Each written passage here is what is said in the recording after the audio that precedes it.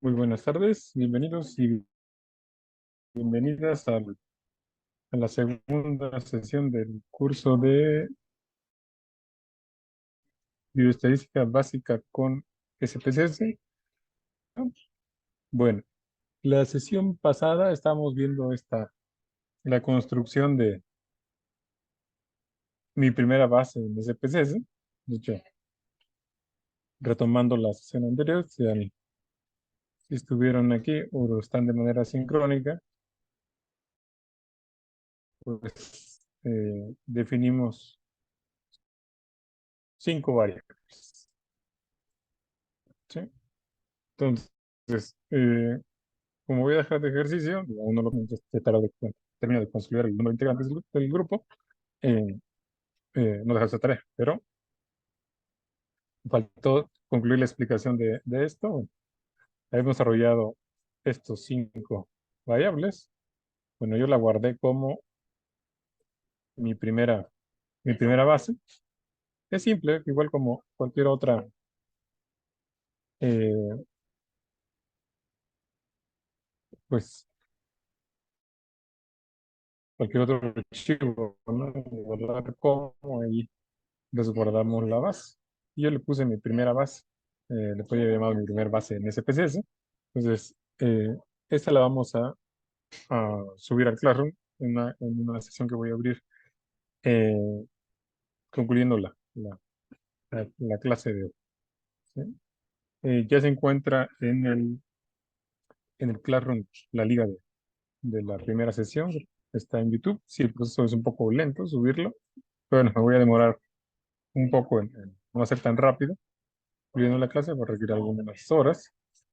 eh, pero bueno, van a tener ahí la- las ligas de YouTube donde puedan tener las siguientes eh, eh, pues, sesiones.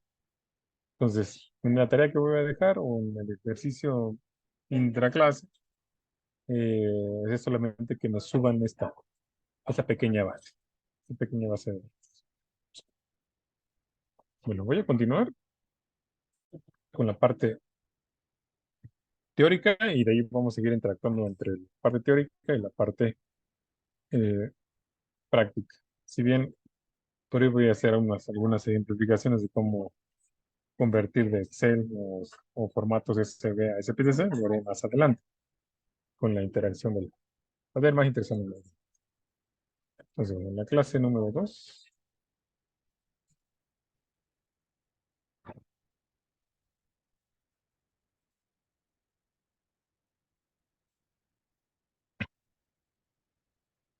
a ver, ¿cuáles son las fases del análisis estadístico? Así que aquí menciona que el estudio comienza por el diseño previo del mismo, donde se esclarecen los objetivos, y por lo mismo de que se definen los objetivos, esto determina qué variables se van a medir y en qué población y cuál será el tamaño de la muestra. Es importante señalar que el trabajo del estadístico, del bioestadístico, empieza desde el diseño del estudio. Si bien es usual y una mala práctica de recurrir al análisis estadístico al final, ya que tienen recabada la base de datos, eh, lo óptimo es que el bioestadístico o el estadístico esté desde el desarrollo del protocolo de investigación, dado que él puede intervenir tanto en la elección de las variables, en la, en la sugerencia de las pruebas estadísticas o los métodos de regresión que puedan eh, ser usados, y claramente en el cálculo del tamaño de muestra, que tiene como por objetivo pues obtener ese número mágico, ¿no? Como lo llamo, ese número mágico, que es el número mínimo de sujetos que permitan ver la diferencia que ustedes están buscando, o el mínimo número de sujetos que le permita ver la asociación que ustedes están, bueno, estarían buscando con su proyecto de investigación. Entonces, bueno, desde el diseño, eh, interviene parte de análisis estadístico. De hecho, seguramente voy a hablar de los diseño de experimentos, y eso viene desde Fisher, allá por los años 1930, alrededor de los 1900, inicios de los 1900, eh, con toda esta forma de plantear la manera estadística de cómo desarrollar, en ese caso, diseños experimentales, pues estudios experimentales. Entonces, bueno, desde aquí, desde la fase uno va la elección de las variables, de qué naturaleza van a ser, y el cálculo de tamaño de muestras. La segunda parte también importante a definir, como parte del análisis estadístico, pues, es qué diseño de muestreo se va a realizar. Eh, Tenemos dos tipos de muestras, o sea, subdivididos en dos grandes ramas, ¿no? Tenemos el muestreo aleatorio y el muestreo no, no probabilístico. Si quieren decirlo como probabilístico y no probabilístico, bueno, son las dos eh, formas de realizar el muestreo. Claramente, cada uno se subdivide en diferentes tipos. El, el muestreo, pues, probabilístico, pues se puede obtener de una muestra aleatoria simple o un muestreo sistemático, conglomerados, o una combinación de estos, ¿no? Como realiza la Encuesta Nacional de Salud y las encuestas que realiza INEGI, eh, pues son como la ENADIC, que la hemos trabajado, como fue el diseño. Entonces son diseños complejos, dado que intervienen dos tipos de muestreos probabilísticos.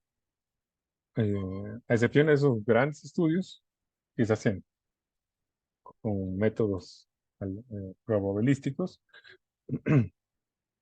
típicamente en investigaciones en salud, eh, pues realizamos muestreos no probabilísticos. Y ahí podemos tener, eh, como el que le llaman muestreo a conveniencia, eh, o el muestreo por cuotas, eh, o el bola de nieve. Pues, hay diferentes tipos de muestreos. Hay que elegir uno en función de las necesidades del proyecto y también reconocer las limitaciones que estos van a tener como parte de la investigación. ¿Sí? Una cosa muy importante de la, es- de la estadística, de todo el cuerpo esto de teoremas que forman la estadística inferencial, están basadas en el supuesto que las muestras son aleatorias. De toda la estadística que tenemos, toda la estadística, al menos la clásica, la inferencial, están basadas en que son muestreos aleatorios. Si uno lee los teoremas, dice que sea x1, x2, puntos suspensivos hasta xn, una, una muestra aleatoria o aleatorios. Eso significa que son individuos tomados al azar. Y nuestra noción también de, de valores de los intervalos de confianza están basadas en el supuesto de muestras aleatorias. Pues bueno, si bien eh, muchas de las muestras que obtenemos en salud son muestras no aleatorios, bueno, seguimos usando esta estadística, pues la que tenemos. Y funciona bien, es robusta. Esas cuestiones hay que garantizar al menos algunos supuestos, como el de independencia, o sea, lo más independiente entre los sujetos que uno esté eligiendo una muestra. Bueno, mm, ya que esto, lo de la representatividad, bueno, viene, se desprende el supuesto de que todos los individuos tienen la misma probabilidad de ser elegidos, ¿no? Y para eso tiene que ser, pues, al menos tenemos que garantizar lo más posible la independencia entre nuestros sujetos de la muestra. Eh, el siguiente paso, claramente ya que he definido un cálculo también de muestra y la forma como voy a muestrar, pues voy a extraer la muestra, obteniendo pues los resultados, ¿no? Y con esto pues tengo que los resultados, me refiero a estas variables, a nuestra variable de respuesta, a nuestras variables independientes, o a las covariables que podamos tener, o las variables estas sociodemográficas, ya que las obtenga, pues haré la estadística descriptiva, ¿sí? Que la estadística descriptiva, bueno, consiste en poner medidas de resumen de nuestras variables eh, según su naturaleza, que veremos más adelante en la sesión de hoy.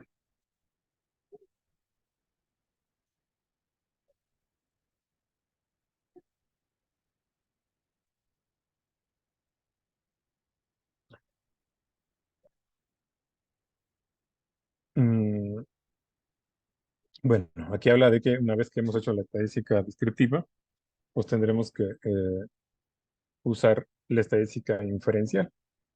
¿Sí? Ya cuando hablo de estadística diferencial, la estadística diferencial se divide en eh, dos grandes ramas. La- las pruebas de hipótesis, que engloban pues, las pruebas estadísticas, y como la prueba T, la prueba T de Student, la prueba de las pruebas de ANOVAs, porque no solo es una ANOVA, hay, hay, yo les digo que la ANOVA es una vía, es la hermana menor de todas las pruebas de ANOVA, esa es la hermana pequeña, hay muchas más pruebas de ANOVA, hay las mismas pruebas estas de asociación como la chi cuadrada, la prueba exacta de Fisher, la prueba de McNemar, todas son pruebas estadísticas que caen dentro de la teoría de pruebas de hipótesis. La otra rama es la teoría de la estimación, que tiene como propósito por la estimación puntual o la estimación por intervalo, que es la que fue sujeto de la estadística diferencial, la de intervalos, como los intervalos de confianza que ustedes conocen, el 25% o el 99%. Bueno, entonces en esta parte del análisis estadístico se trata de pues, usar eh, tanto pruebas estadísticas bivariadas como multivariadas, como algún modelo estadístico que vayamos a emplear, ¿sí? Hay que recordar esta cohesión que debe haber entre el análisis estadístico y el protocolo de investigación. Claramente que las pruebas estadísticas, digamos pruebas, digamos modelos de regresión, estos deben de responder a las, o deben coadyuvar a alcanzar los objetivos particulares o el objetivo general. Sí, es importante señalar esa parte. Por eso desde el diseño del protocolo se describe cuáles van a ser los métodos de análisis y cómo estos van a responder o van a coadyuvar a que ustedes alcancen los objetivos particulares o en general de su proyecto, ¿sí? Si bien uno podría hacer análisis secundario de esa base de datos, de ese estudio, pero hay que recordar que fue diseñado con otro propósito y podría tener limitaciones si yo hago otro análisis que no fue planificado. Entonces, si están porque es usual, ¿no? Pues, estudiantes de posgrado llegan a la parte de análisis de datos y no saben qué hacer, entonces, ¿cómo escribes tu protocolo? Que ahí debe de estar la parte de cómo voy a hacer este análisis, ¿sí? Porque a mí se me podría ocurrir, a partir de una base de datos y una variedad de respuestas, hacer, eh, pues, algunos análisis. No digamos que muchos, ¿no? Algunos análisis, pero el apropiado es el que ustedes eh, necesitan para responder a la pregunta de investigación o para alcanzar estos objetivos, ¿sí? No es, es decir, no debe haber ni, ni, ni por exceso ni por defecto el análisis, ¿no? Es decir, no debe faltar, tampoco está para de relleno, ¿sí? Es lo que necesitan para alcanzar sus objetivos, ¿sí? Eh,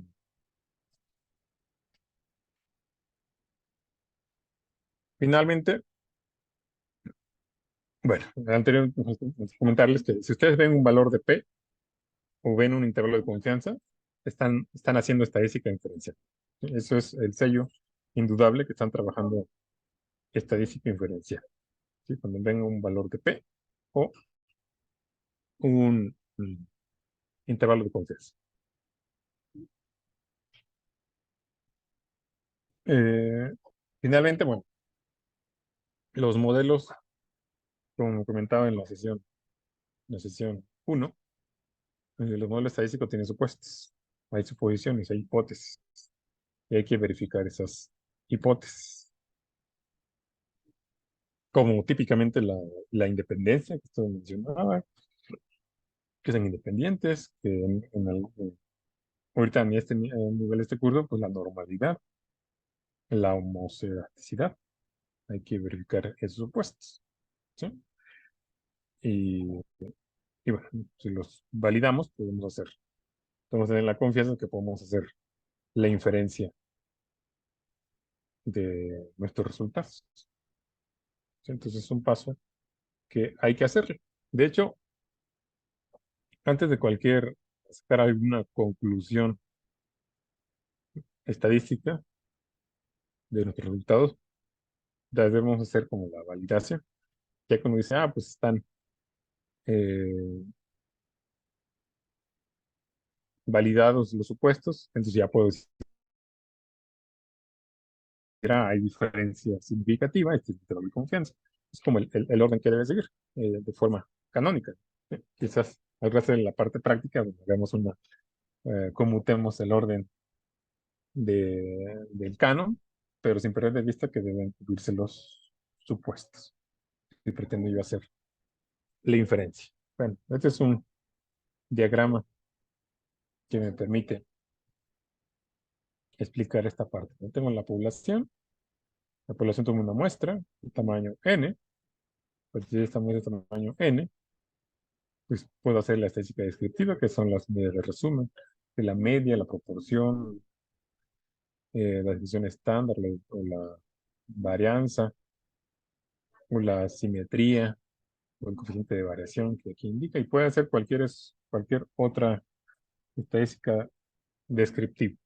El OR de manera puntual, estadística descriptiva, es regulativa de manera puntual, de diseño o la sensibilidad o la especificidad de las pruebas diagnósticas, la estimación puntual, eso es descriptivo.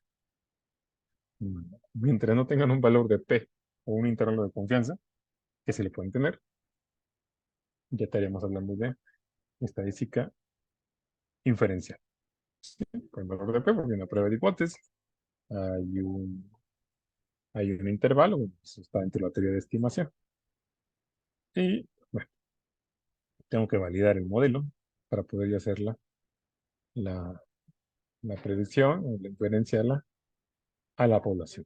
Entonces, es el ciclo del análisis estadístico.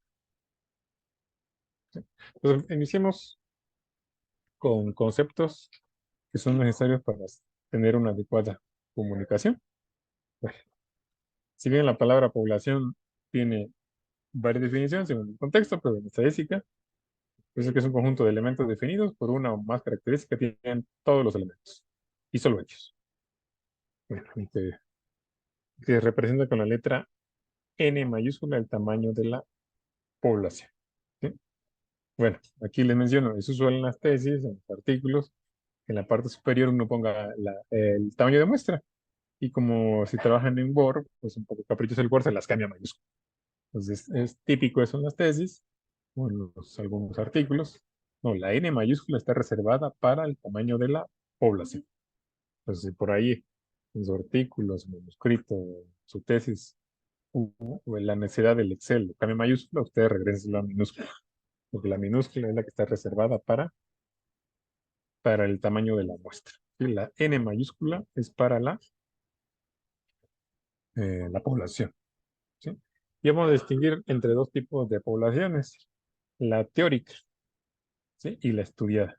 La teórica, bueno, es los elementos lo que se quiere extrapolar resultados del estudio, y, y la estudiada pues es la que tenemos acceso, ¿no? Digamos que mi población objetivo son eh, pacientes geriátricos con, con diabetes, pues yo estoy pensando en pacientes geriátricos de diabetes de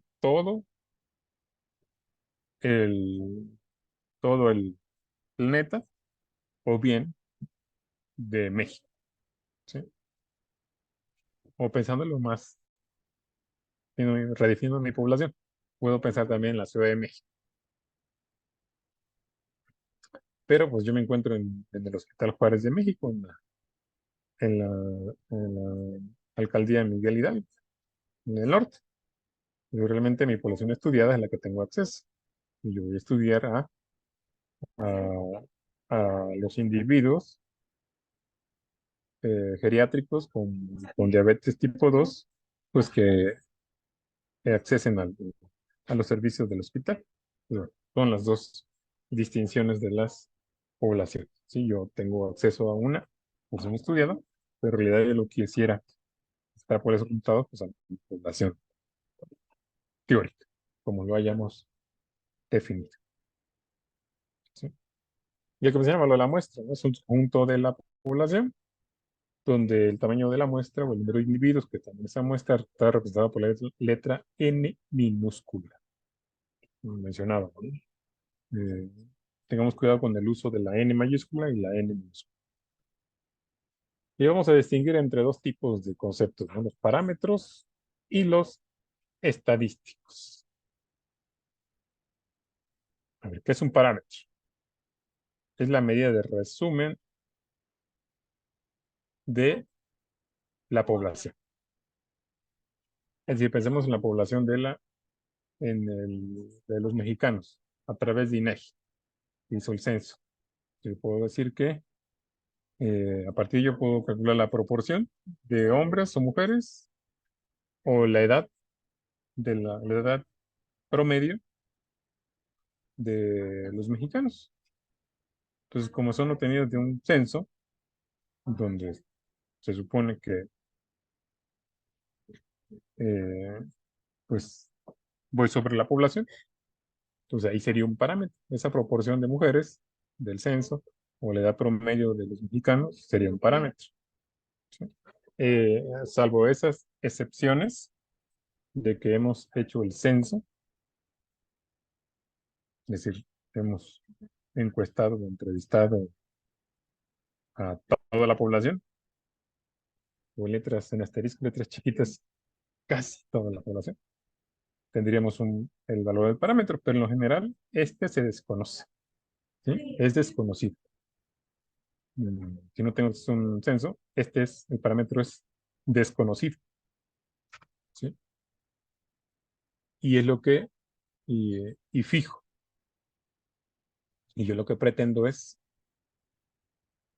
estimarlo a partir de la teoría de estimación, o bueno, de la estadística inferencial. Lo que yo lo pretendo es estimar ese parámetro. ¿Sí? Mientras que el estadístico, ¿qué es el estadístico? Pues el estadístico es la medida de resumen de la muestra. Es decir, si se obtiene la muestra de un estudio y calcula la proporción de mujeres o la edad promedio de los individuos de la muestra, eso se llaman estadístico. ¿Sí? Esas medidas de resumen, ¿no? La media de la muestra, la varianza de la muestra o la proporción de la muestra, o sea, son estadísticos. Entonces, es la diferencia. El estadístico es a la muestra y el parámetro es a la población. Entonces, la idea de los estadísticos es estimar el parámetro. El valor esperado del estadístico se pretende que sea igual al parámetro. A las escalas cuantitativas, ¿no? A ver, ¿cuáles son los estadísticos de las variables cuantitativas o numéricas? Eh, bueno, la idea de tener estadísticos de nuestra muestra, pues es eh, tener algunas propiedades de nuestra distribución de nuestra variable. ¿Sí? Que ¿qué diferentes estadísticos tenemos como para caracterizar la distribución de nuestra variable? Eh, bueno, tenemos los estadísticos de posición. Así que miden en torno a qué valores se agrupan los datos y cómo se reparten en la distribución. Eh, tenemos los estadísticos de dispersión, que miden la heterogeneidad o la variabilidad de los datos. Entre ellos tenemos el rango, o recorrido también le llaman, o rango intercuartilar o recorrido intercuartilar, son variantes del nombre. Varianza, desviación estándar. Entonces, ahí faltaría como el coeficiente de variación, los estadísticos de dispersión. ¿Sí?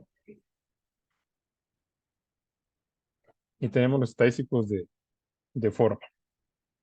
Entonces, nos miden tanto la simetría, o sea, qué tan simétrica es la distribución, o qué tan picuda, apuntamiento, ¿no? Qué tan picuda o qué tan aplastada está la distribución. Ya tiene nombre, lo diré más adelante. Sí, entonces, son los diferentes formas como se clasifican los estadísticos. Y dentro de los estadísticos de posición, tenemos dos. Unos que seguramente lo hemos hecho hablar, los estadísticos de tendencia central, que me permiten ver, determinar cómo los valores se agrupan alrededor del centro de la distribución. ¿Sí? Entre ellos tenemos la media aritmética, la mediana, la moda, la media geométrica, la media armónica.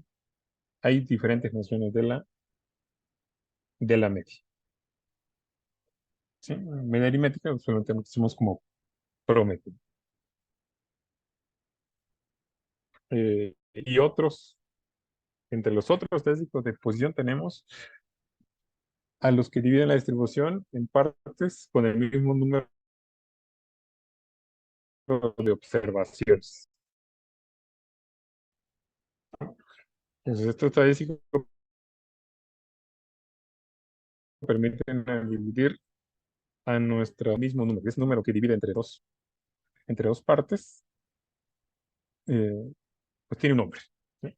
Y si divide la distribución en cuatro partes, con cada una de las partes con el mismo número de observaciones, tiene un nombre. Y si divide nuestras observaciones eh, en 10 partes, en 100 partes, tiene un nombre, todas esas medidas de posición. ¿Sí? De hecho, en forma global se llaman cuantiles. ¿Sí? Entre los cuantiles que tenemos, bueno, tenemos la mediana, que también la habíamos clasificado como los cuartiles, que dividen en cuatro partes, los deciles en 10 y percentiles en 100. ¿No? Bueno, no entra la discusión esta que si percentil es un anglicismo, bueno, sí lo es, y que si tendría una mejor traducción, podría, pero podría tener una traducción más literal al español. Pero dejemos con percentiles. Empecemos con la primera medida, que son la media aritmética, que bueno, todos sabemos que es la suma de los valores observados de la muestra dividida por el tamaño de la muestra. ¿Sí?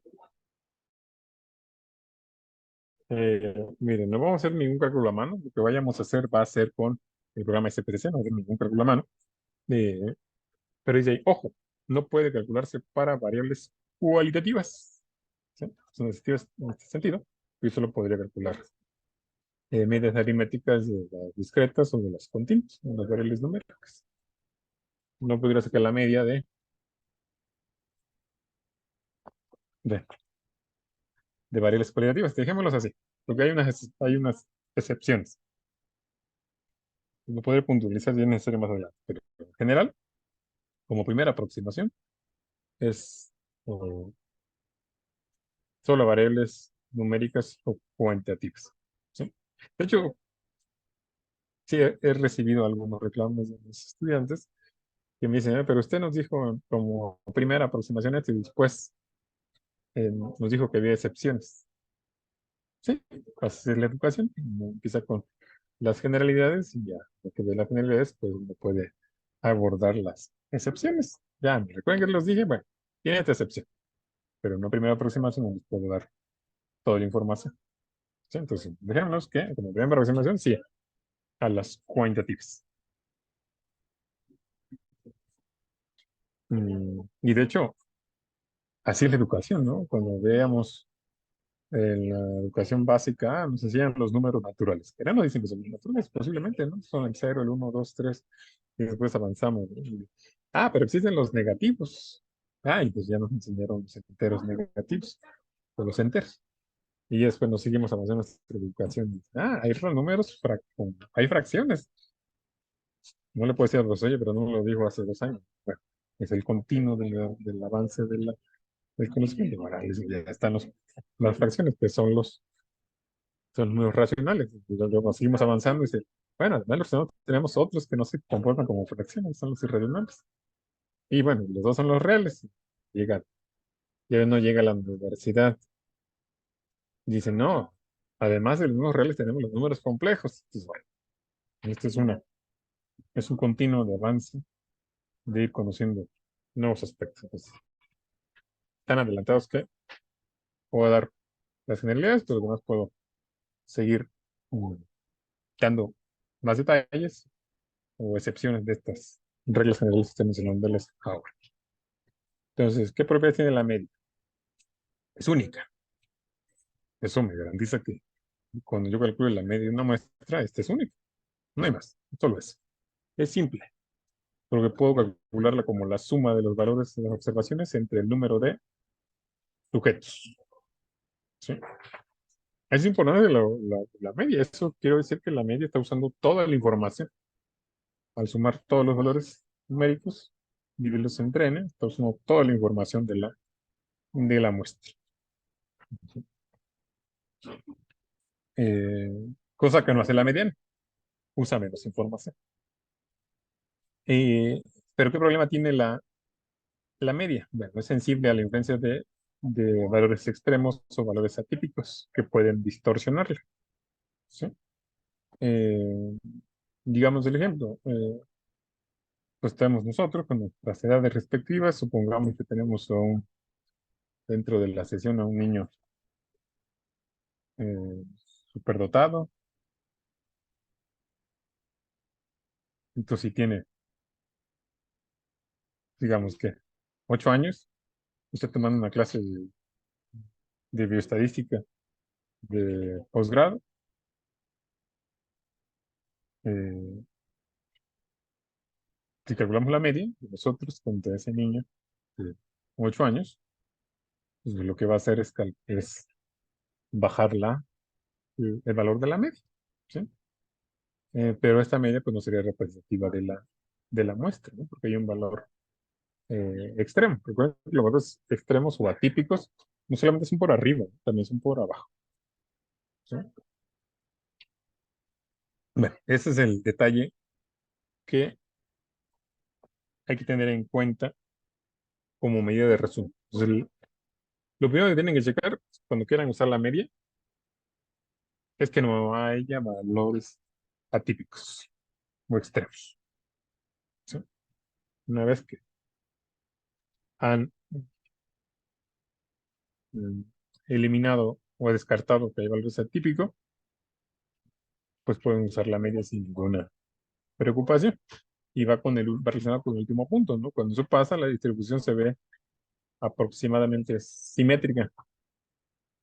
Pues, simétrica en el sentido que casi todos conocemos, ¿no? La de la campana de Gauss. La campana de Gauss o la distribución normal, más o menos simétrica. Sí, ojo, pero simétrico no solamente es como la campana de Gauss. Hay otra forma de ser simétrico. ¿Qué otra propiedad tiene la media? Tiene una propiedad bien bonita. Que al mezclar dos grupos, la media del nuevo grupo es igual al promedio ponderado. De esta forma. Es decir, si yo tengo la media de la muestra de hombres y sé el número de hombres que hay y conozco la media del grupo de mujeres y sé el número de mujeres que hay en ese grupo, usando la media y la n de cada sexo, yo podría recuperar la media de todos de los hombres y las mujeres, ¿sí? Sin tener acceso al valor puntual de cada uno de ellos. Y hago ese cálculo, ¿no? La n es el número de hombres por el promedio de edad de los hombres, más el número, el producto del número de mujeres por el promedio de la edad de las mujeres, dividido entre la suma de hombres y mujeres. Con eso yo puedo obtener el, el promedio de hombres y mujeres. ¿Para qué podría servir esta formulita o esta fórmula? Como es usual, está leyendo un artículo, dividieron en hombres y mujeres, y quiere saber la media de la muestra, y no la reportaron, pues la puedes recuperar con esta formulita. O si por alguna razón estás haciendo alguna revisión sistemática con metaanálisis y no, algunos reportan la media de la muestra, otros no, porque le dividen en hombres y mujeres, pues tú podrías recuperar el promedio de la muestra usando esta fórmula. Cuando eh, uno hace pues las revisiones temáticas con metaanálisis. Pero cuando uno hace metaanálisis requiere a veces de estas pequeñas fórmulas o estas fórmulas que me permiten recuperar observaciones que no fueron reportadas en los artículos, ¿sí? De hecho, ahorita que hablo de conocer las fórmulas como esta, por ejemplo, si reportaron la media, considerando un valor atípico, y luego reportan el mínimo y el máximo, que le llaman rango, mal llamado rango, que reportan el mínimo y el máximo, y uno ve que el máximo es un valor atípico, uno podría descontarlo de la fórmula máximo y a la n disminuir en 1 y recuperar el tamaño, el promedio sin el valor atípico. Uno podría hacer este tipo de cálculos en estas fórmulas. Y luego es útil más cómo llegan los metaanálisis, ese tipo de herramientas, ¿sí? Pero bueno, entonces podríamos usar esa fórmula. La mediana. Bueno, la mediana es para una variable. Dice que una vez que ordenemos los valores de menor a mayor o mayor a menor, es indistinto, pero que hay que elegir una relación de orden. Después de elegir esa relación de orden, digamos de menor a mayor, eh,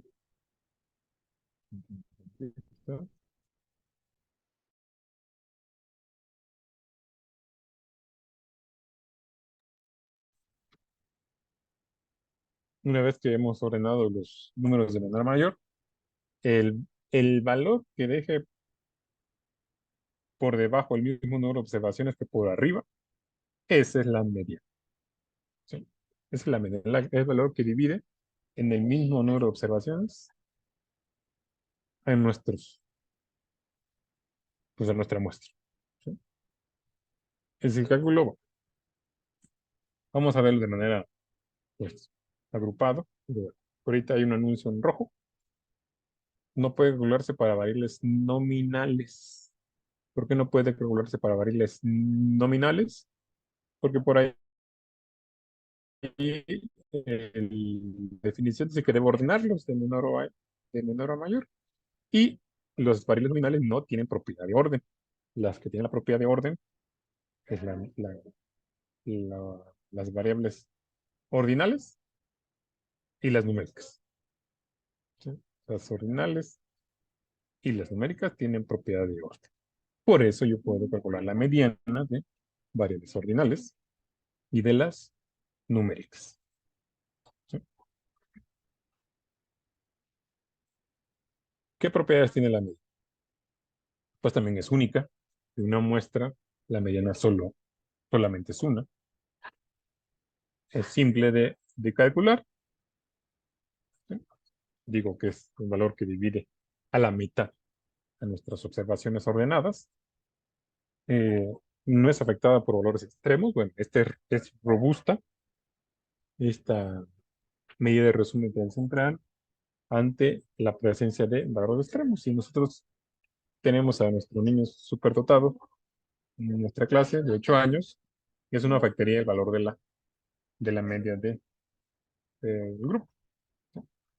Tiene una interpretación probabilística, que es que el 50% de los valores se encuentran por arriba o por debajo. Es adecuada para datos sin distribución simétrica, ¿sí? Sin distribución simétrica. Posiblemente podemos tener distribuciones muy asimétricas y podrán ser adecuadas a la mediana para este propósito. No toma en cuenta la magnitud precisa. Bueno, ¿qué desventaja tienes? Que no toma en cuenta la magnitud precisa de la mayoría de las observaciones. Como lo hace la media. La media toma los valores, los suma y los divide. Usa más información, a eso me refiero. En cambio, la mediana solo usa los valores de cada individuo para establecer un orden. Solamente toma esa información, solamente para ordenarlos. Y me quedo con el valor que divide a la mitad, ¿sí? Usa menos información. Mm, es una ventaja que tiene. Dice, si mezclo dos grupos, así como el ejemplo que puse de hombres y mujeres, que tengo la mediana de hombres y mujeres y el tamaño de, el número de hombres y mujeres, respectivamente, no puedo recuperar la mediana global, ¿sí? No puede calcularse. Entonces, no tiene esa prueba tan bonita y tan elegante que tiene la media. ¿Sí? No la tiene. En- pues, no es muy utilizada en técnicas estadísticas elaboradas. Si bien tenemos por ahí la prueba de las medianas, que lo vamos a ver en este curso, eh, y podría haber por ahí una regresión lineal para medianas, si la hay. Eh, ya no hay más, o al menos no se han desarrollado más teorías estadísticas elaboradas para, como las hay para la media. Pues no, para las medias tenemos las pruebas estadísticas de diferencia de medias, la prueba T-Student, para muestras relacionadas o no relacionadas o independientes, o NOVA, o la NOVA en medidas repetidas. La regresión lineal simple o múltiple, en realidad es un promedio, es una media, ¿sí? En realidad, la regresión lineal, eh, el modelo de regresión lineal es un promedio, es no más que por ahí pareciera tener otro enfoque, pero en realidad es un promedio. Y muchas otras técnicas que tendremos a ver en modelos mucho más sofisticados, modelos de ecuaciones estructurales, eh, modelos multinivel, usualmente son con respecto a la media, ¿ya? Recientemente acabo de ver que ya hay una librería en R de metaanálisis de medianas. No me he metido a checar profundidad los detalles de la librería, pero ya la tengo en el, en el foco, ¿no? Bueno, sí, hay metaanálisis para hacer eh, de diferencia de medias o de medias puntuales, pero pues hace algunos años pues no había un paquete o una teoría desarrollada para hacer metaanálisis de medianas. Lo que usualmente se hacía pues, es de la mediana regresar a la media. Sí se puede, jóvenes, ¿eh? De la media y teniendo el rango intercuartílico o el mínimo y el máximo, uno puede recalcular la media y la desviación estándar. Sí se puede hacer esas conversiones.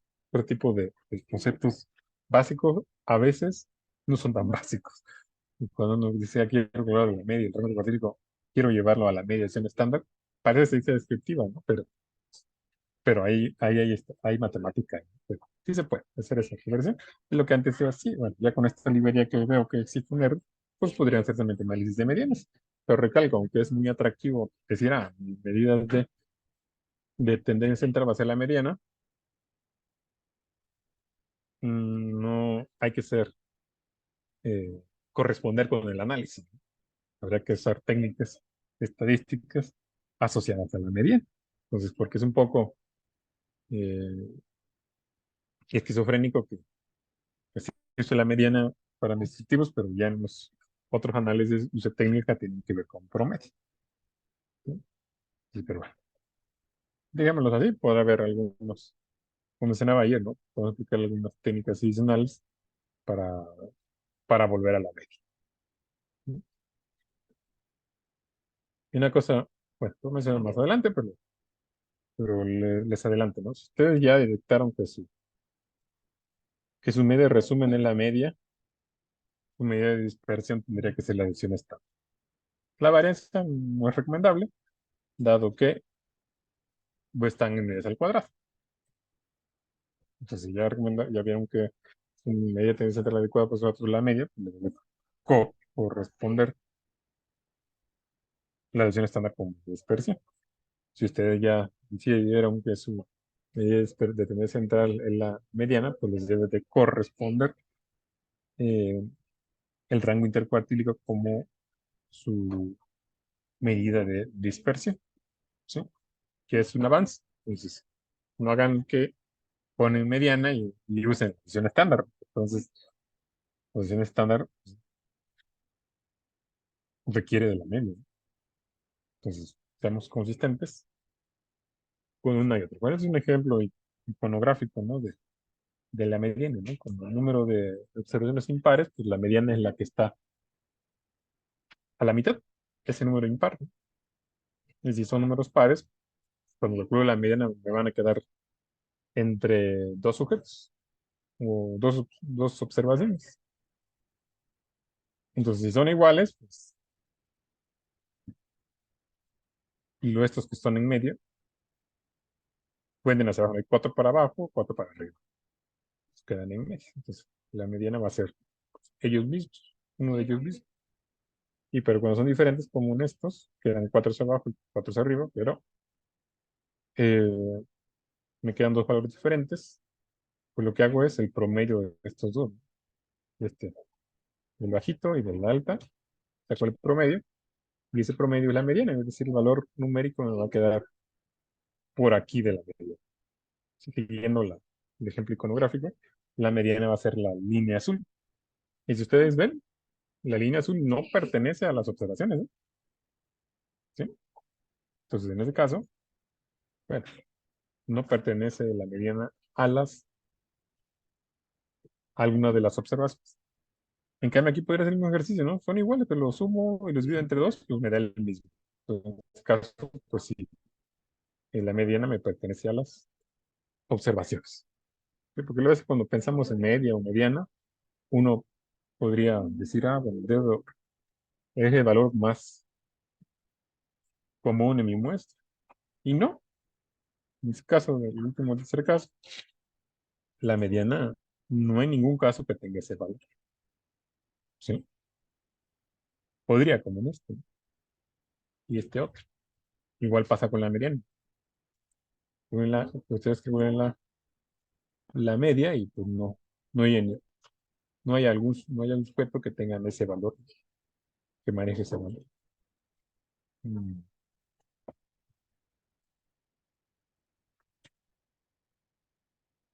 En la moda. Bueno, es el valor más frecuente de la muestra. Así como solamente se les dice. Eh, con datos agrupados se toma como clase modal la clase con mayor frecuencia en la muestra. En ocasiones puede haber más de una moda. Sí, puede haber más de una moda en nuestras observaciones, en nuestra muestra, que puede llamarse pues bimodal, pues hay dos, ¿no? Y así de manera expresiva, para tiene más de dos modos. Eh, Dice que es el valor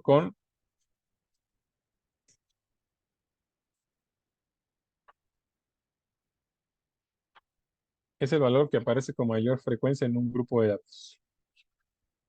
Un grupo de datos puede tener más de una moda. Mencionamos. Fíjense, en la moda es le digo en clases, bueno, tengo un poco de autocensura porque estoy grabando. eh, la moda es un poco como la todas mías, ¿no? Porque se puede obtener para todas, ¿sí? Variables cualitativas o variables cuantitativas, ¿sí? Yo puedo poner la moda tanto de nominales, ordinales, continuas o discretas, ¿sí? Yo digo la medida de resumen a todas mis. Eh, pero pues, como por hacerla todas mías, tiene su limitación. Es poco utilizada por lo escaso de la información que brinda y lo limitado de su interpretación, como la frecuencia, al menos para las cualitativas es así, ¿no? Creo que esta aseveración vale para las cualitativas, ¿sí? Las modas de las variables nominales u ordinales. Eh, ¿Por qué hago esa excepción? Bueno, pero cuando son numéricas, que no es lo que tampoco de este curso, pero eh, cuando son numéricas, uno podría tener una distribución así, ¿no? Sí, seguramente si ustedes trabajan quizás ciclometría de flujo o, y, no sé, la expresión de la mediana de fluorescencia o trabajan la expresión de algún gen de RNA o DNA eh, o alguna proteína. Ustedes pueden haber histogramas, ¿no?, de variables numéricas antes de estas expresiones, cosas así, distribuyen de esa manera, ¿no? Y no se, y dice, no se parece a lo que me enseñaron en clase, ¿no? Unimodal, ¿no? Como la normal. Una modal, la normal es unimodal, solo tiene una moda. Pero en las numéricas se puede tener sus escenarios. Y al menos yo los he visto como que pocas veces en estas distribuciones de expresiones de genes o de RNA, de intensidad de fluorescencia. Eso son dos modas, ¿sí? De hecho, en estadística se ven como distribuciones mezcladas. Pues si puedo estudiar variables, distribuciones con dos modas, cuando son numéricas. Sí puedes estudiar la combinatoria, se llaman pues distribuciones mezcladas. Pego dos distribuciones normales y por ahí las corto, ¿no? En algún punto. Las modelo de esa forma. Bueno, entonces, sí, hay herramientas limitadas para cuestiones colectivas. Cuando son numéricas, podríamos estudiarlos bajo esta noción de las distribuciones eh, mixtas, ¿no? O mezcladas. ¿Sí? Es el ejemplo de las modas. Regresando a lo ambiental, tiene que ver esto con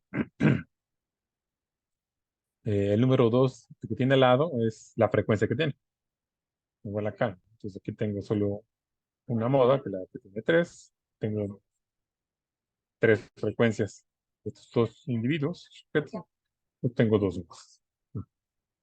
¿Sí? De hecho, ese PTC no calcula la moda. Uno usualmente se las platica en las clases, pero no viene en ese PTC la moda.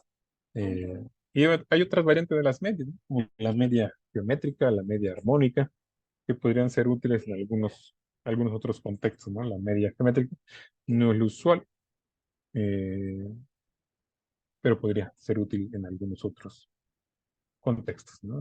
La media geométrica. Yo he visto que lo uso la media geométrica cuando son promedios de velocidades. Parece ser mucho más eficiente la geométrica que la aritmética. Pero bueno, eh, ¿qué estadísticos de tendencia central usar? Si ustedes, alguien les hace esta pregunta, lo primero que tienen que responder es con otra pregunta. ¿Existen valores atípicos? Si la respuesta es sí, pues no tienen que decir que es la medida, ¿no? La mejor medida de resumen, si hay valores atípicos, es la medida. Si no hay valores atípicos, el AMPI. Entonces es importante que no respondan de manera eh, precipitada, ¿sí? Primero observen que la presencia de los atípicos y en función de eso ustedes den una respuesta, ¿sí? No es directamente la una u otra.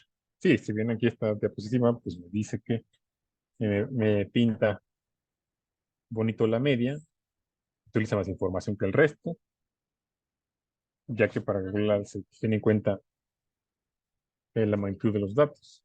La mediana usa más información que la media porque solo usa el orden, pero usa más que la moda, ¿sí? Porque la moda solamente se va a la frecuencia, usa menos información que la media. Y la moda es la que menos usa, ya que solo para calcularla solo se tienen en cuenta las frecuencias absolutas. Pero ojo, la media también es muy sensible a datos atípicos.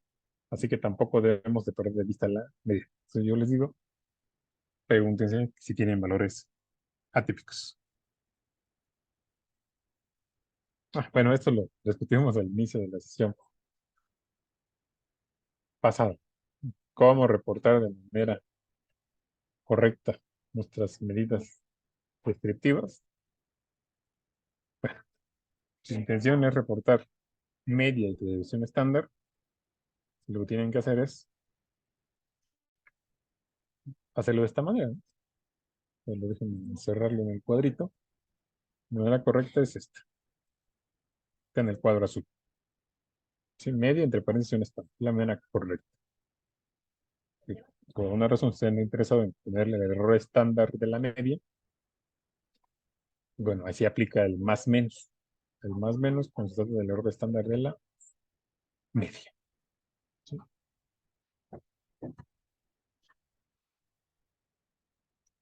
O pueden poner más menos, media más menos 2 o 1.96, ¿no? 1.96 por el error estándar de la media y estarían representando un intervalo de confianza del 95%. Mire, esto es de un artículo publicado. No voy a señalar de qué grupo, pero bueno, la literatura. Y como mencionaba, la sesión pasada está plagado la literatura de este mal uso del reporte de las medidas efectivas. Obviamente, la manera de reportarlo no descalifica el trabajo, ¿no? Ni la calidad del trabajo. Sí, lo que está mal es la forma de reportar y es típico, ¿no? De hecho, bueno, típicamente uno a veces aprende de lo que uno lee y es una manera de aprender. Uno lee tantos artículos que aprende a escribir artículos por lo tanto que uno ha leído. Eh, si uno no recibe una guía o un curso para ello, ¿no? Imitando. Entonces, cuando uno empieza en estos temas de ser autor, de escribir, pues puede uno cometer estos errores, dado que lo replica de otras lecturas que uno ha desarrollado. Pero bueno, eh, pero la intención es decirle que reporten, no la hagan de esta manera. Un error común. Digo, si está clara las variables, donde dice que se representa media más menos en este número, está definiéndolo, eso es importante, pero no el más menos. ¿Sí? Han de preguntarse, ¿por qué usa el más menos? Si yo sumo más menos ahí, ¿qué me da?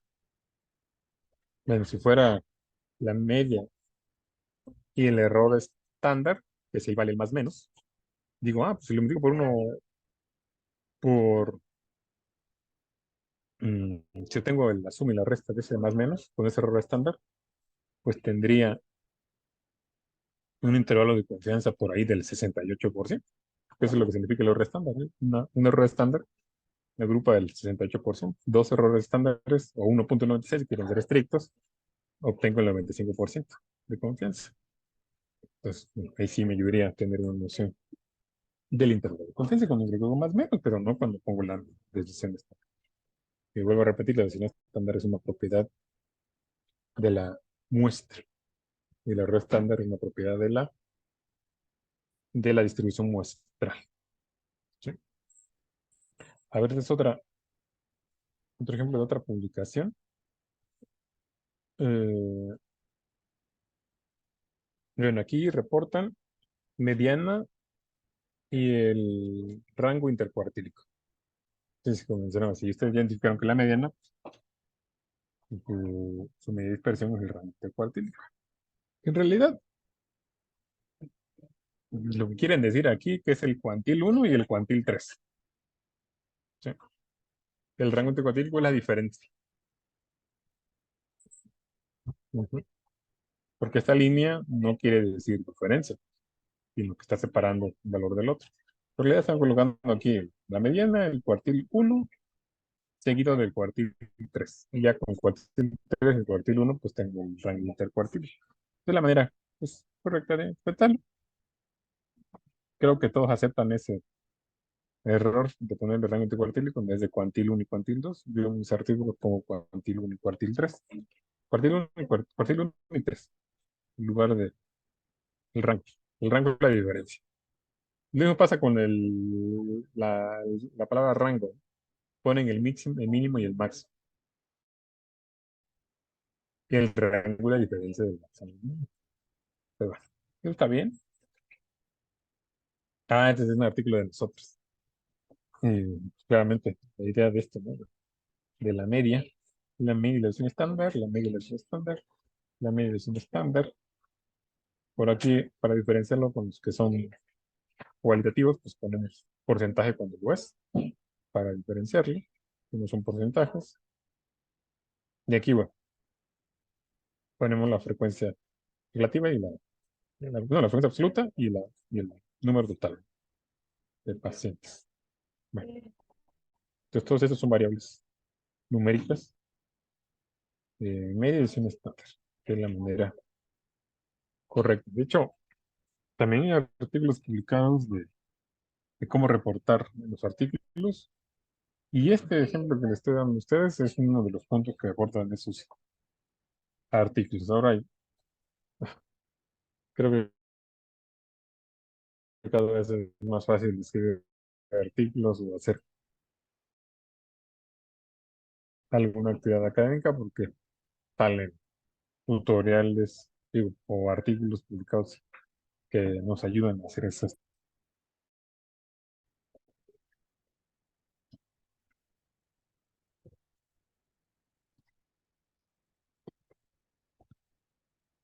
A ver, ¿qué son los cuantiles? Es que los cuantiles eh, son valores de la variable que dividen la distribución en, en partes según tienen el número de observaciones, o claramente ordenadas, de menor a mayor o mayor a menor. Y tenemos dentro de los cuantiles, tenemos a los cuartiles, deciles, percentiles y claramente la media. Los cuartiles dividen la distribución en cuatro partes iguales. Tenemos tres cuartiles. El cuartil 1 que acumula el 25%, el cuartil 2 acumula el 50%, el cuartil 3 que acumula el 5%. Cuando en estadística o en probabilidad se llama acumulado, me refiero desde el principio hasta ese punto. Por eso van acumulando el 5, después el 100, después el 75. Eso de los tres cuartiles, como la clásica pregunta esta eh, que nos hace, ¿no? Si tienes un metro de listón y quieres dividirlo entre cuatro partes, ¿cuántos cortes haces? La respuesta es tres. ¿Sí? Porque la última, uno, dos, y el tercero y el cuarto queda libre. En analogía con los cuartiles, ¿no? Son los tres cuartiles que tiene. ¿Sí? Y los deciles, pues dividen en 10 partes iguales. Y llevamos decil 1 acumula el 10, decil 2 acumula el 20, así de manera sucesiva, decil 9 acumula el 90%. Hay que tener en cuenta que el decil 5 es equivalente al cuartil 2 y equivalente a la mediana y equivalente al percentil 50. ¿Sí? Entonces, bueno, pues, claro, que no nos agarran en curva con este tipo de preguntas, ¿no? De la mediana, ¿no? Que también la mediana pues, tiene un valor equivalente a deciles, a 5 deciles, a percentiles, a 50 percentiles, a cuartiles, a percentiles se dividen en 100 partes, y para eso necesito 99 cortes, a 99 percentiles. Y cada uno acumula el percentil 1 el 1%, el percentil 50 el 50% acumula, y el percentil 99 el 99% va acumulando. ¿Estamos de acuerdo? Bueno, voy a hacer una pausa aquí. A ver, vamos a trabajar con una base de datos.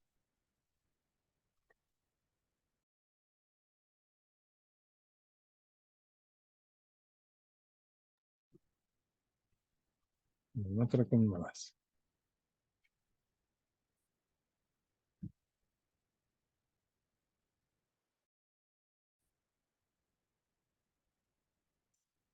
Mm,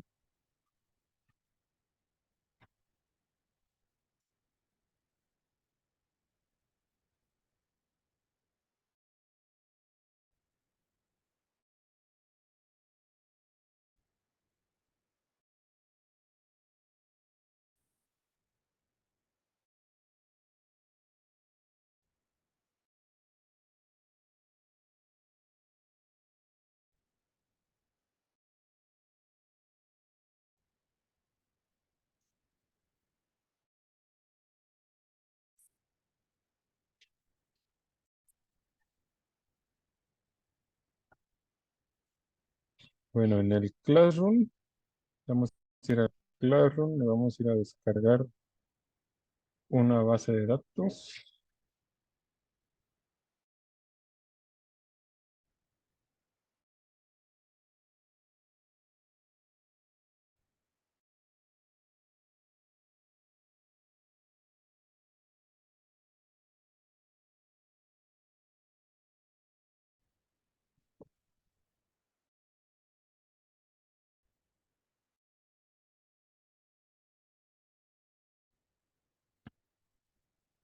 La que se llama Osteoperla. Voy a bajarla ahora.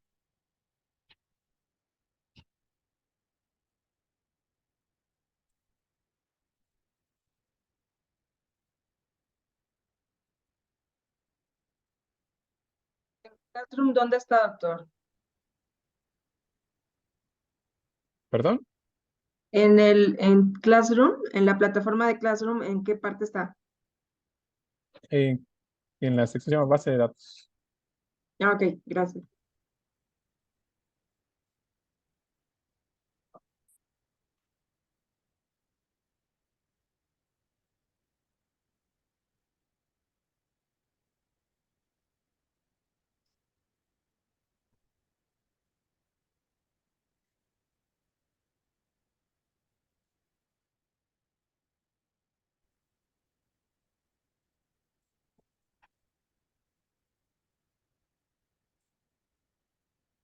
Debe aparecer esta base.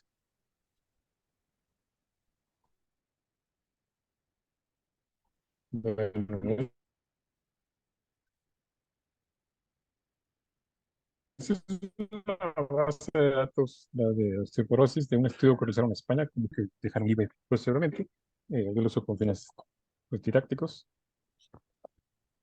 Eh, Son mujeres con o sin menopausia, ahorita también estudian, tienen osteoporosis. Eh, bueno, alcen la manita cuando tengan la base.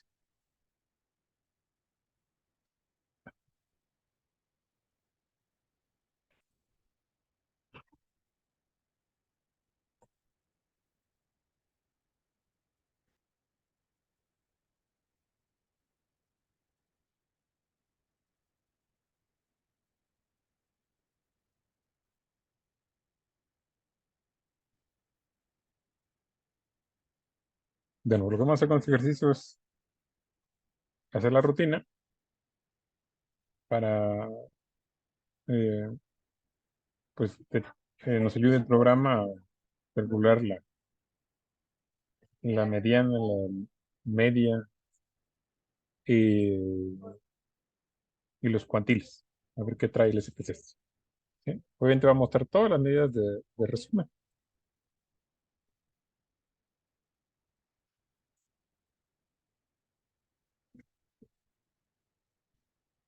A ver,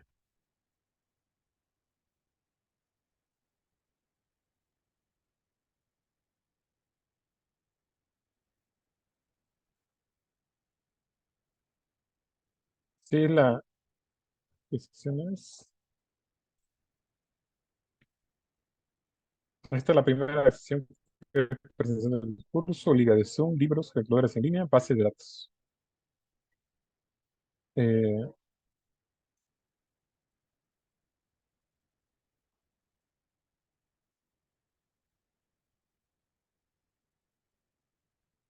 Miren, se encuentra aquí.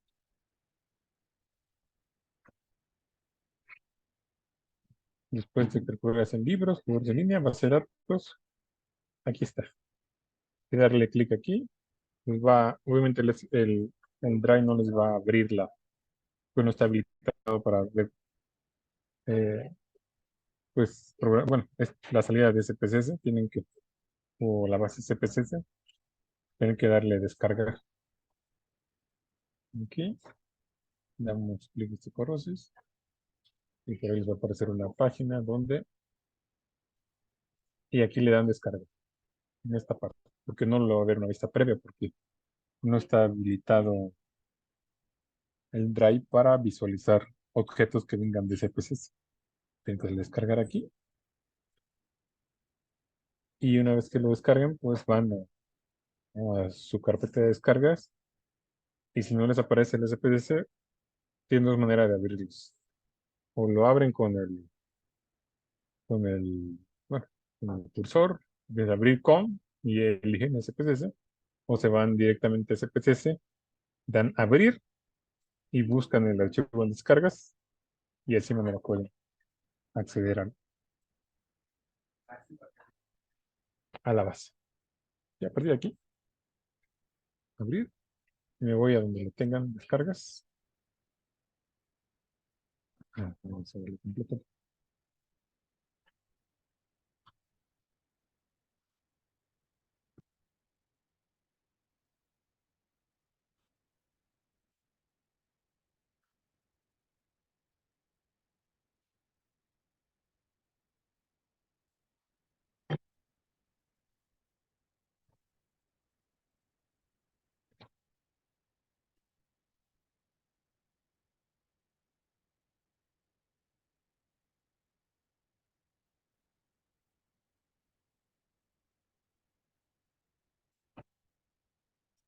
Bueno, dice cuando alcen la manita, cuando tengan la base de datos.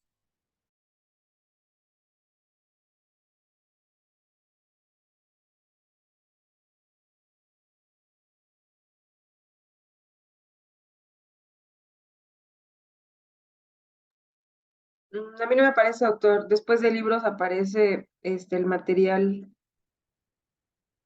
del curso.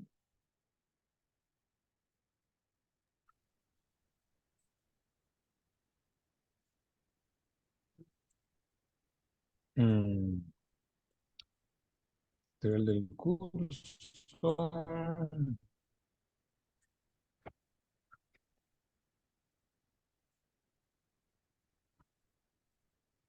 Antes de material del curso, Ajá, ajá. sí, hay una sección que se llama base de datos. Material del curso viene Medical Statistic, Bioestadística Amigable, Ajá, Liga de Zoom. Bueno, primero viene Liga de Zoom, ya le doy a la liga y aparece pues la liga. Después vienen los dos libros, eh, ajá. Bioestadística Amigable y ya por último viene eh, um, y ahora Calculadoras en sí, línea. y ya después de Bioestadística Amigable Viene materiales del curso, taxonomía de las variables, errores tipo 1 y 2, etc, etc, etc. Y después ya viene grabaciones de las clases. Extraño. Antes del libro, ligas de Zoom y después presentación del curso. Mm, Los demás también no logran visualizar la base de datos. Voy a parar la grabación.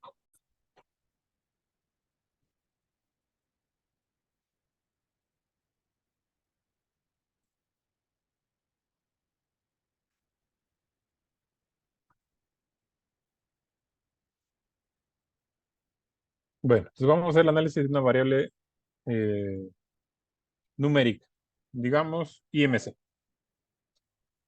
la variable IMC. Tengo que elegir un numérico para hacer los análisis que estamos viendo, los temas de media, mediana y los cuantiles. Entonces vámonos al módulo de analizar. Analizar va a ser el botón de la herramienta, de la barra de herramientas CPC más frecuente como para hacer los análisis estadísticos. ¿Sí? Después de analizar, vamos a estadísticos descriptivos y de ahí a explorar.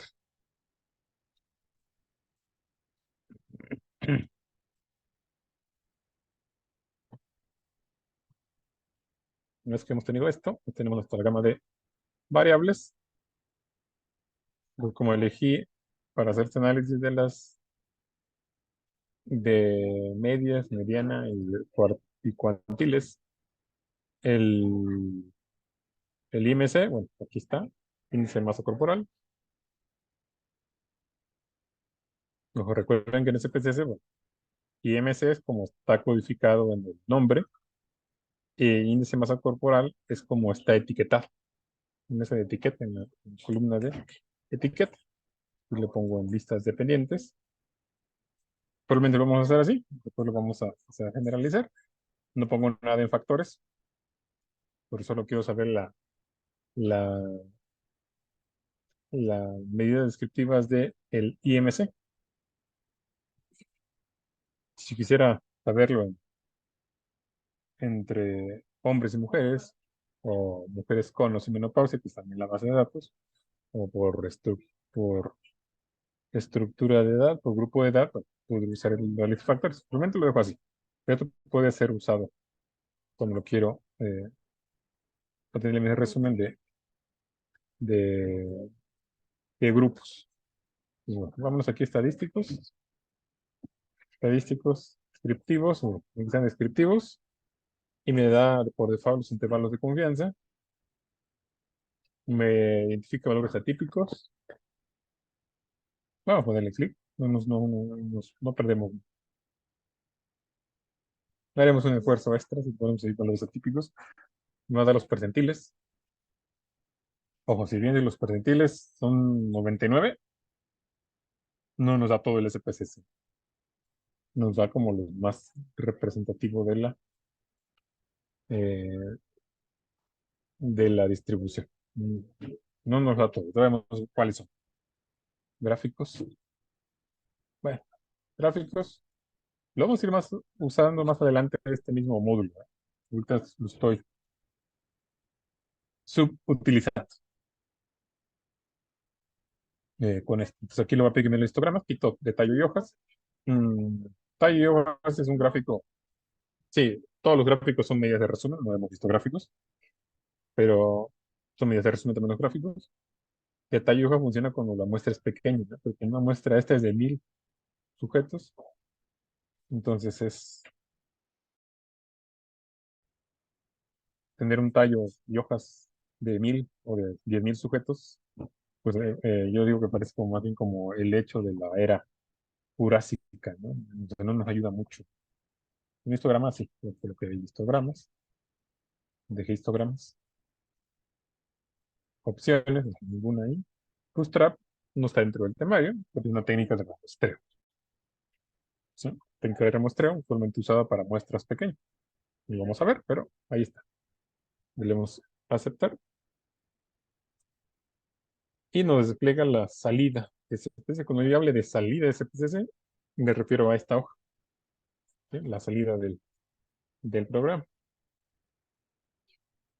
Eh, y la salida del programa, eh, pues me da como la primera tabla la variable que estoy analizando, índice de masa corporal, eh, el número total de sujetos que tiene. Bueno, SPSS es promotor de muchos errores tipográficos, como este de la N mayúscula. Pero bueno, este debe ser N minúscula, si me muestra. Y dice que no hay casos perdidos. Quiere decir que esa variable, todos tienen la medición. Caso perdido o caso ausente, tiene que ver con valores que pues no se observaron porque se negó a hacer la medición o hubo mucha de las tres mediciones que hizo de peso y de talla, pues hubo muchas variaciones porque no cooperó mucho y bueno, y ya no se hizo la medición. Es un dato perdido o ausente. Ya me gusta más llamar dato ausente que perdido, porque perdido la pregunta, ¿quién lo perdió? Entonces, bueno, son de esas cosas desafortunadas de las traducciones también. Eso de datos perdidos, datos ausentes. Tenemos el 100%. ¿Sí? Si bien SPSS me da la media, que es 28.1, y el error típico, no es que el error típico es el error estándar. Recuerden que típico es sinónimo de estándar. Porque en México usamos más la palabra estándar para error estándar, edición estándar, y el español de España pues usan más la palabra típico, la edición típica, eh, el error típico. ¿Sí? Pero es eso, típico es equivalente a estándar. Por ahí ponen el error estándar. Bueno, ponen una noción que no revisamos, que es la intervalo de confianza de la media. Bueno, ponen el intervalo de confianza, es este, con intervalo de confianza. Ponen la media recortada, que es lo que les quería mencionar, que es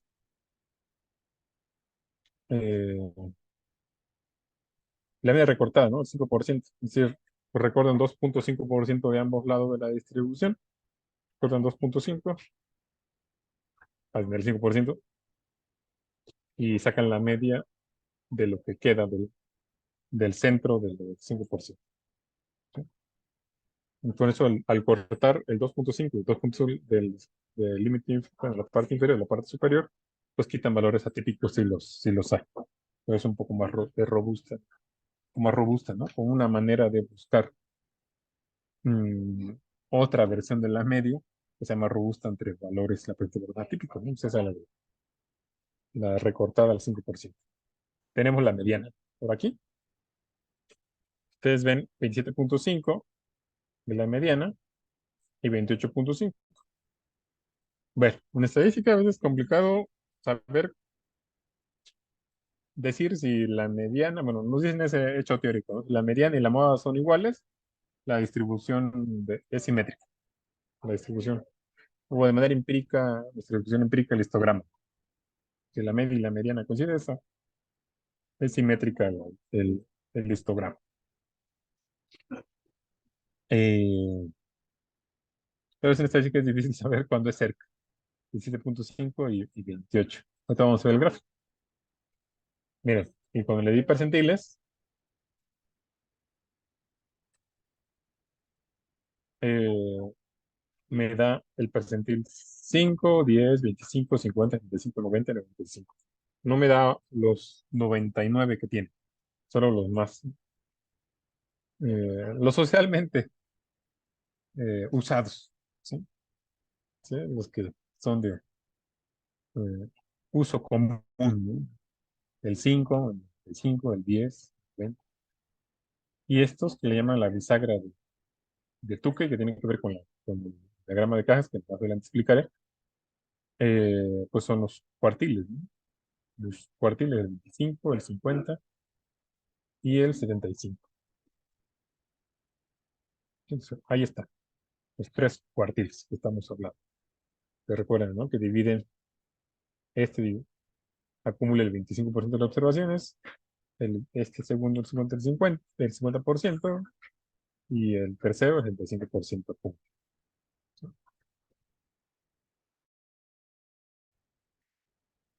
Y bien, por acá, tiene logra detectar algunos valores extremos de IMC. Detecta por ahí un IMC del 48.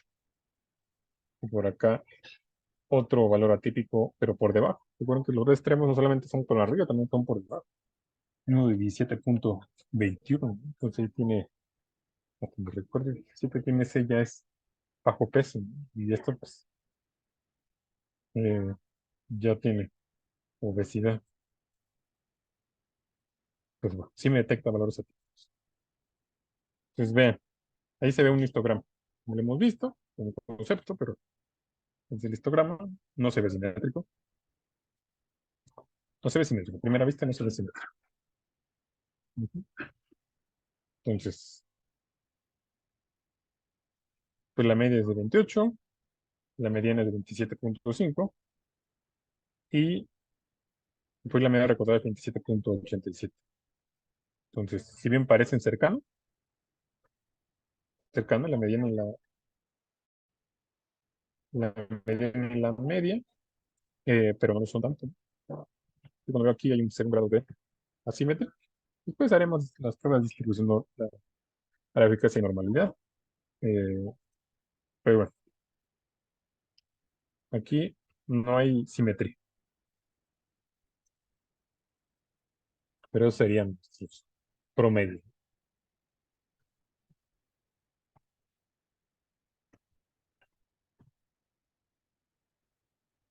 No, más para un poco de interfase con el SPSS. ¿Sí? Entonces, bueno, usualmente este tipo de cosas dicen, no, la media de la muestra es tanto, o la mediana de la muestra es tanto, y sabemos que representan los valores de tendencia central. ¿Sí? Aquí vimos que no eran simétricos. No hay simetría. Si fueran simétricos, la media y la mediana coincidirían. Parecen ser próximos, pero no lo son. Bueno,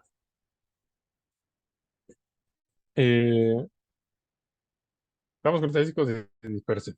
De tiempo, que ya los tenemos por ahí eh, en el análisis que vamos a hacer. Si ven, SPSS pues nos permite, no nos da la selección de que solo me dé las medidas de tendencia central, sino lanza todo.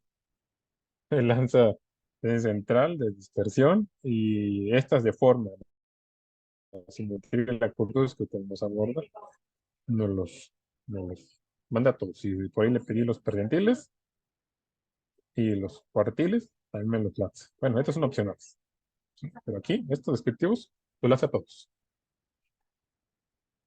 Eh, los estadísticos de dispersión, bueno, pues recogen la variabilidad,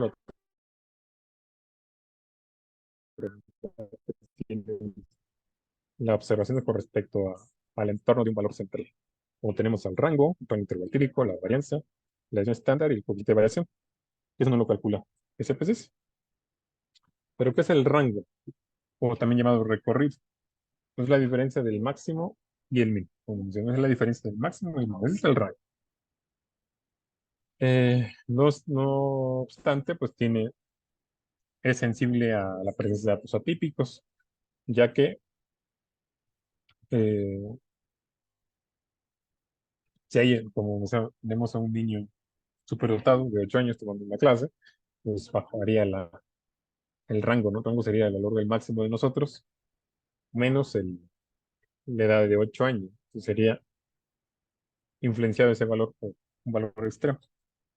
Eh, pero digo, típicamente se reportan artículos con el rango, ¿no? Pero en realidad es el mínimo y el máximo, que es importante como lo mencionaba, si uno calcular la media de la versión estándar, incluyendo el valor extremo, que reportan el valor extremo máximo, yo podría removerlo de la cuenta, media de la versión estándar, y calcularla y tener la desviación estándar y la media sin ese valor extremo y tener una mejor caracterización de la media y la desviación estándar de esa muestra, ¿no? Omitiendo ese valor. Eh, como todo en, en estadística o matemáticas o en cualquiera de las ciencias, si algo falla, debemos buscar o alguna herramienta tiene alguna limitación, siempre buscamos su mejor. Entonces, igual aquí, rango sensible al- a la presencia de valores atípicos. En consecuencia, pues se les ocurre hacer el rango intercuartílico, que es la diferencia entre el tercer cuartil y el primer cuartil, ¿sí? Y con esto elimina el 50%, ¿no? Y tomo el primero y el tercero, elimino el 25 de abajo, el 25 de arriba, que suman el 50%. Entonces, al eliminar lo que el 25 de abajo y el 25 de arriba, eh, pues elimino a la presencia de datos extremos o atípicos. Entonces, es robusta esta medida en la presencia de datos atípicos por eso, por su definición. Vean aquí de manera mucho más esquemática, ¿no? Es la diferencia del tercer cuartil menos el primer cuartil, y esta es la mediana, ¿no? Cuartil 2. Y no considera el 25% por arriba del tercer cuartil y el 25% por debajo del primer cuartil. Por eso, donde se podrían encontrarse valores atípicos o extremos. Sí, vamos a ver. Eh, otro lado, este siempre se me pasa corregirlo, es n-1.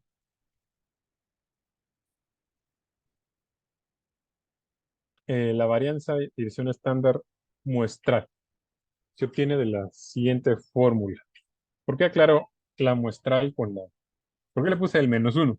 Bueno, se me ha pasado escribir el -1 ahí, pero la fórmula de la varianza muestral, pues la suma de los cuadrados de la diferencia de una observación menos la media, dividida entre n-1 para la muestral. Se trata de la poblacional,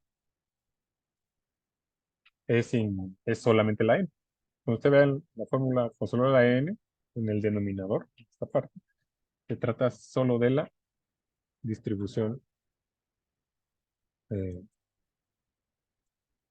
muestral, ¿sí? Eh, cuando ven con el n-1 se trata de la distribución muestral, ¿sí? Esto tiene que ver con una propiedad, no creo que se llama en la estadística o propiedad de insesgado, ¿no? Que un estimador es insesgado.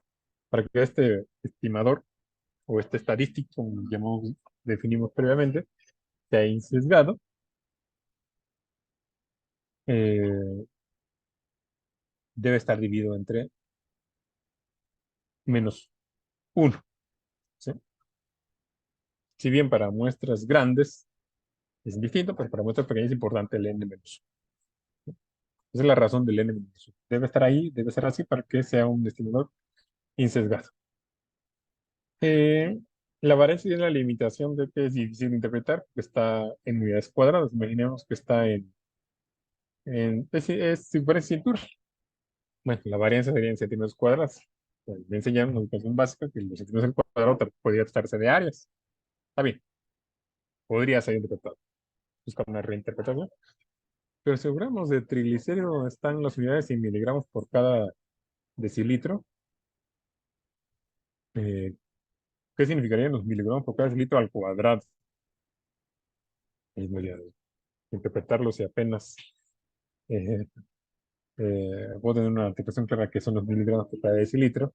Ahora al cuadrado, pues imagínense, ¿no? Son eh, los kilogramos al cuadrado.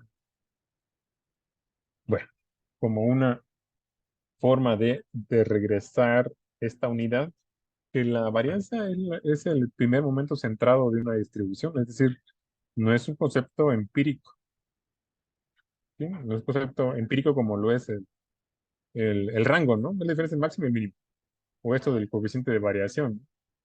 Es un poco empírico, pero esta es una noción sólida en probabilidad, ¿no? es el segundo momento central. ¿Sí? Tiene su definición claramente definida, pero tiene esa desventaja que está en unidades cuadradas. ¿Cómo las regresamos a las unidades originales? Ahí donde en la clase de funciones inversas del nivel medio superior, el bachillerato, la preparatoria, es donde aquí son útiles. ¿Cuál es la función inversa de unidades cuadráticas? La raíz cuadrada. Por esa razón, la raíz cuadrada a la varianza y obtenemos lo que conocemos como devolución estándar o devolución típicas que ya se encuentra en las unidades de medición de la variable y ya la puedo interpretar. ¿Sí? Por eso típicamente usamos la división estándar en los reportes, ¿no? Están en las unidades originales y las puedo interpretar, ¿no? Ah, estoy a tantas unidades alejadas de la media y es más clara la interpretación. Y bueno,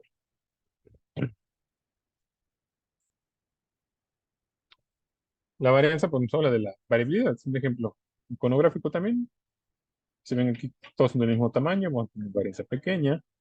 Aquí hay diferencia entre los tamaños de las figuras. Vamos a tener una varianza más grande. ¿Sí?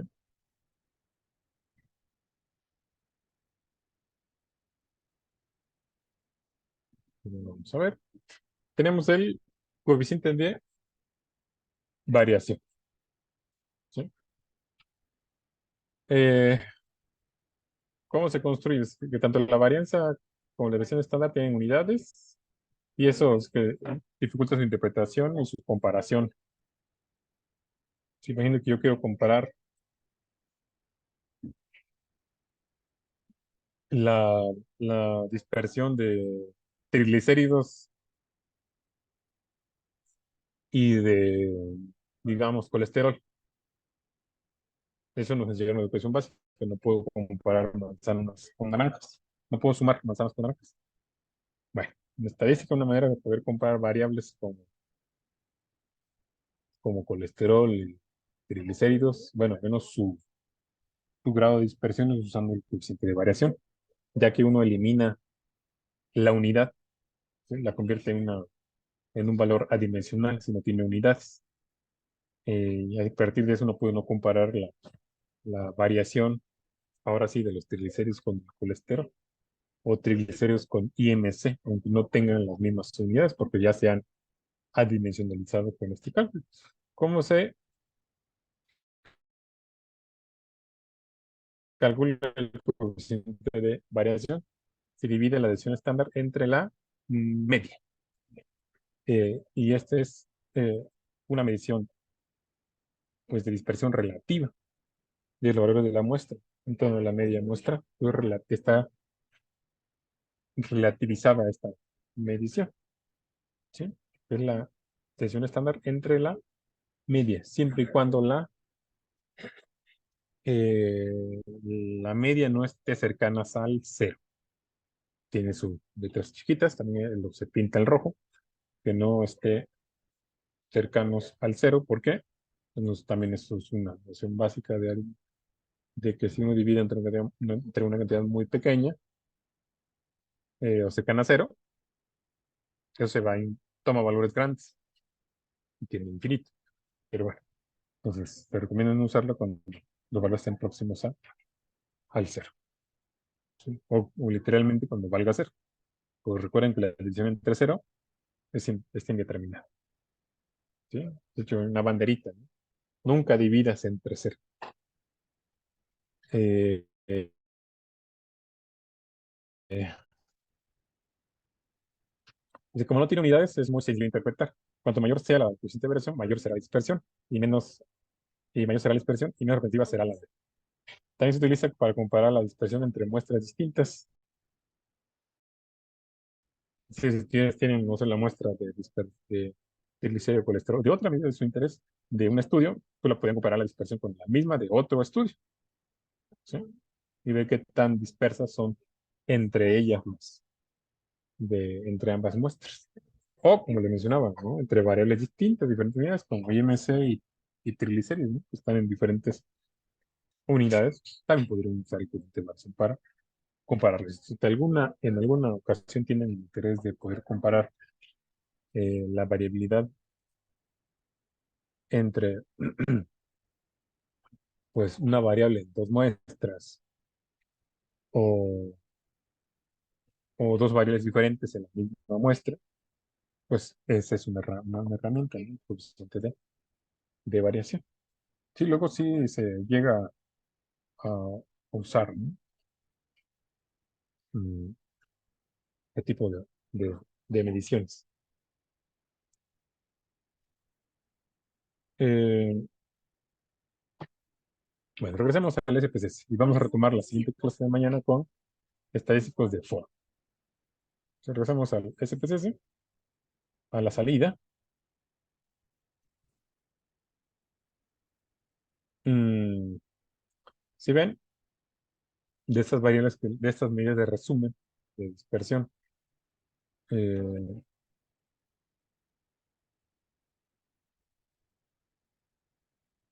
eh,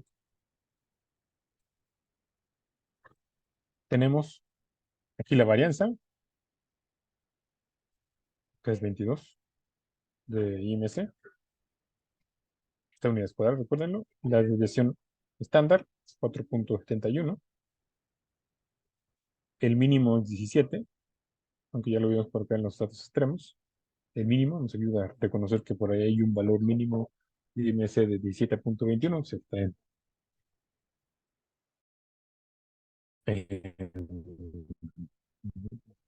bajo peso, máximo en 48. Supongo que está arriba de, de obesidad de grado 3. Vamos a ver. mm,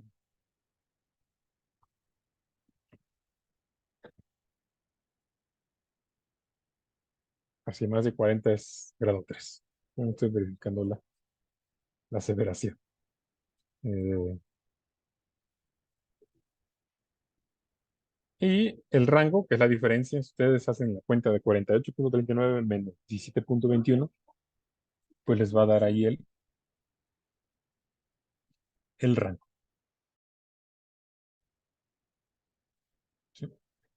Esta rutina que vamos a hacer, sí les lo voy a dejar como una actividad que tengan que replicar como una segunda tarea. Pues la primera es la base de datos de mi primera base con esas 5 variables que encontrarán en el video 2 y que retomé el inicio de esta segunda sesión. Eh,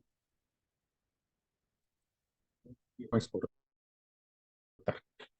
Entonces nos da el rango y la amplitud intercuartil, que es el rango intercuartílico, el rango intercuartílico, no sé qué le llaman amplitud, que ven ahí otro sinónimo más, que es 6.2, es la diferencia entre el cuartil 3 y el cuartil 1 es 6.2 unidades de IMC, y nos da la simetría y la kurtosis. ¿Sí? Eh, ¿Qué podemos ver? Si habrá mucha variabilidad entre los datos, tiene una un estándar de 4.7 unidades.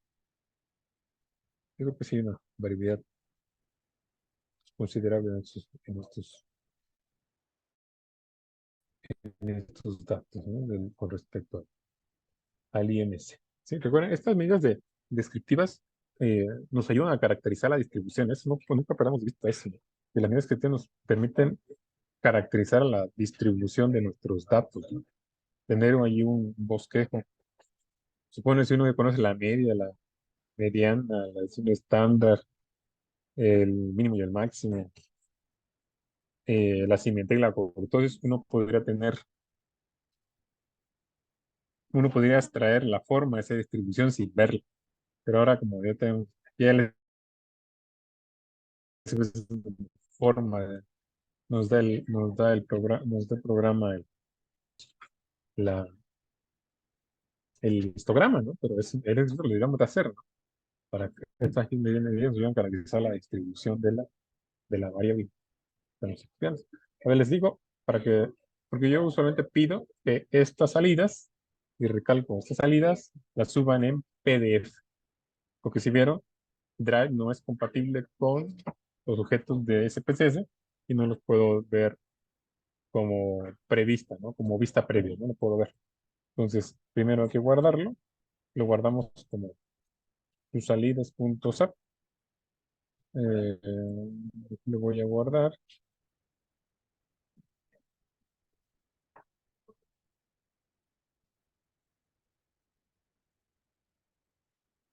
Bueno, aquí voy a poner que es la sesión 2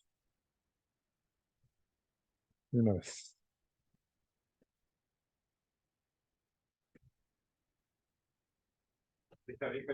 Entonces, aquí pongo el análisis descriptivo,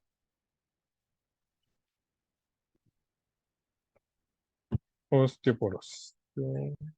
Osteoporosis. Para tener asociado de qué base estamos haciendo.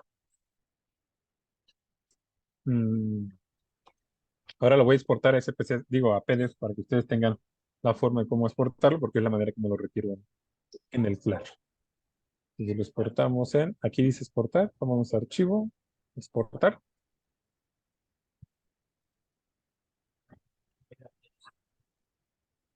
Aquí en esta ventana busquen el tipo formato. Aquí el formato va a ser PDF, formato PDF, es lo que requiero. Aquí en el nombre del archivo hay que irse a la carpeta donde estén trabajando y me pide que le dé un nombre al archivo. Bueno, otra vez. Análisis, bueno, y me lo da. Análisis descriptivo de osteoporosis. Le damos guardar, le damos aceptar y va a estar haciendo la conversión. Ya lo hizo. Eh, y ahora mismo abro esa carpeta. Mm,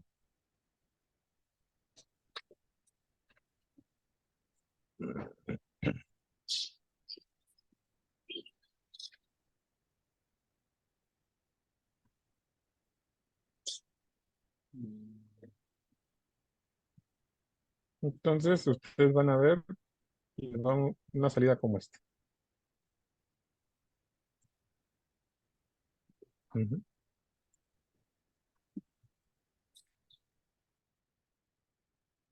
Eh, bueno, entonces les muestro esta salida, ¿sí?